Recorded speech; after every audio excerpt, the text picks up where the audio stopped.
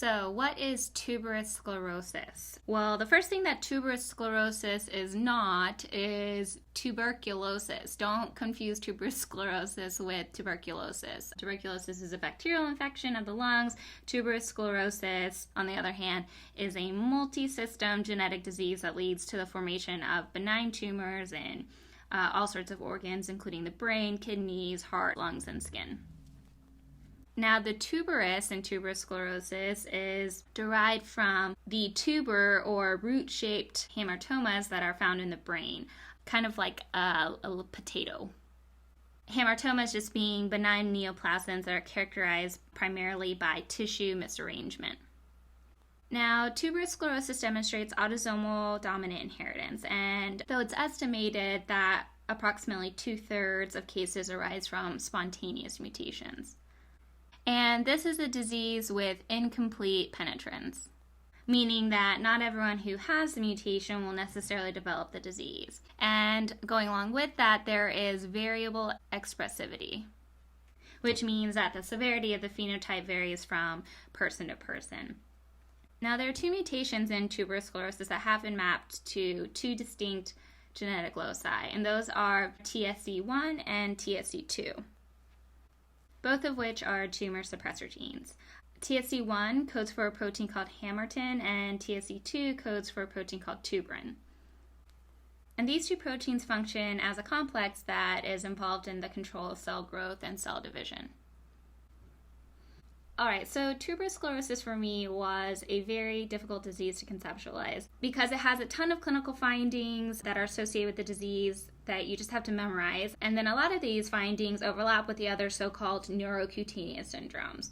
But the best memory aid that I found is the one in first aid, and it uses the acronym hamartomas. So I'll make a little bit of room here and we'll draw out that acronym.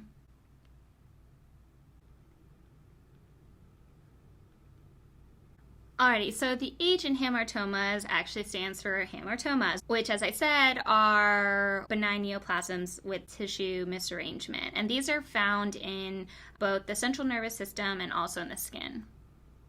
Now, the A stands for Adenoma Sebatium, which are basically just cutaneous angiofibromas, which look like small little reddish-brown papules or bumps on the skin, and you'll usually see this sort of clustered around the nose and on the face of people with tuberous sclerosis. The M stands for mental retardation, and that's probably related to the fact that these patients develop tumors within the central nervous system. Next up are what are called ash leaf spots.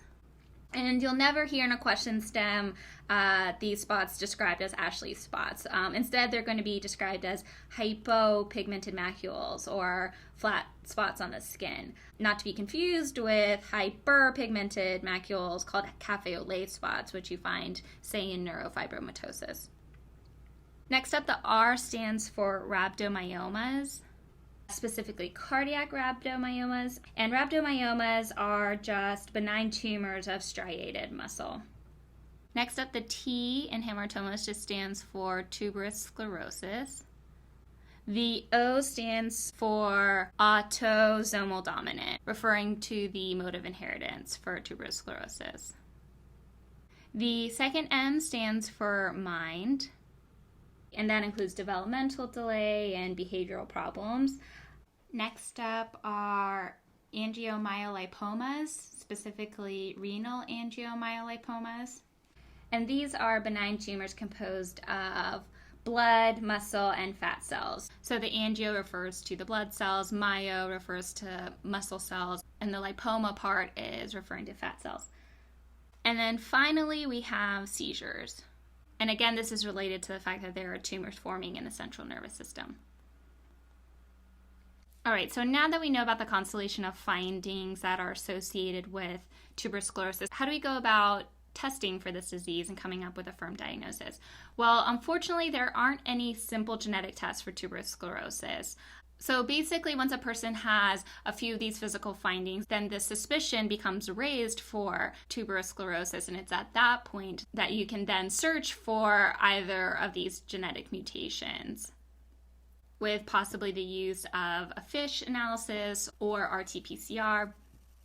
But it's important to be aware that these tests can sometimes come up negative, and that's probably due to a phenomenon called somatic mosaicism, which describes the presence of two or more populations of cells that actually have different genotypes. So if you happen to sample the cells with a normal genotype, then the testing from those cells will turn up negative.